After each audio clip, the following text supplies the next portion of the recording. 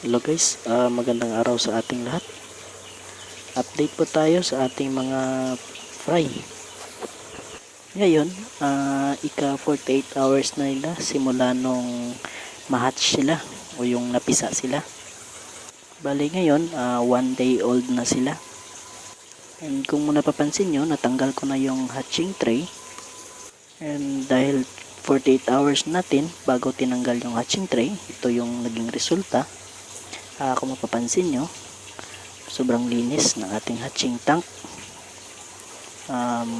Yung may mga nahulog na mga dead eggs at dumi, makikita nyo naman sobrang konti at madaling linisin.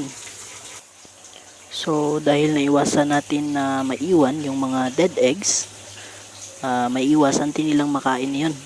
And makikita nyo naman, sobrang liksi ang sisigla ng ating mga fry.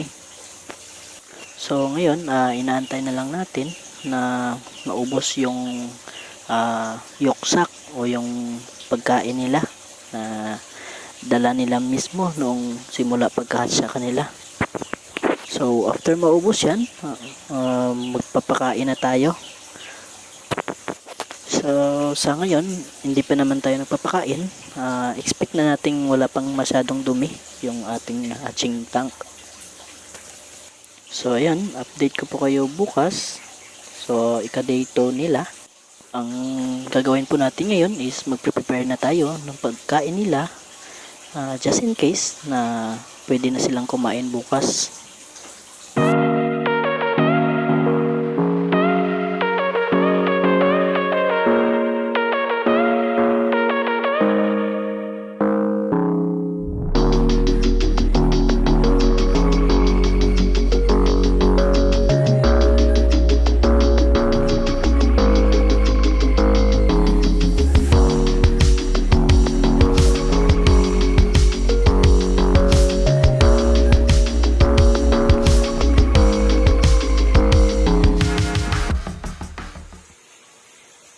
So, ang una ko pong pinapakain sa kanila is yung decapsulated brain shrimp na mabibili po natin sa Lazada or sa Shopee.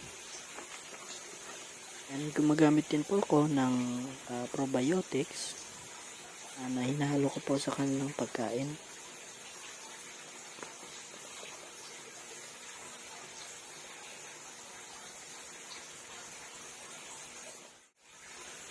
So, gagamit po tayo ng scoop. Yung scoop na yan is 1 gram.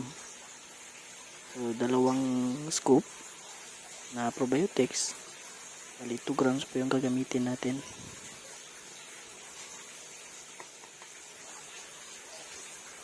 Tutunawin po natin yung probiotics sa kaunting tubig.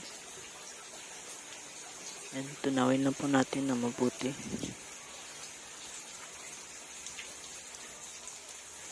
And hahalo na po natin yung BBS dun sa tinunaw nating probiotics.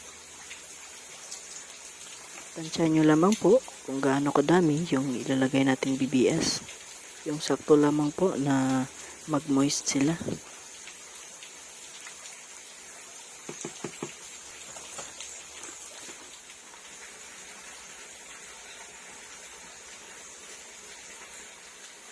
So, ito na po yung itsura ng ating hinandang pagkain nila.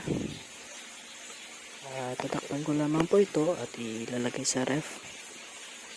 So, i-update ko po kayo bukas. Yun lamang po at maraming salamat.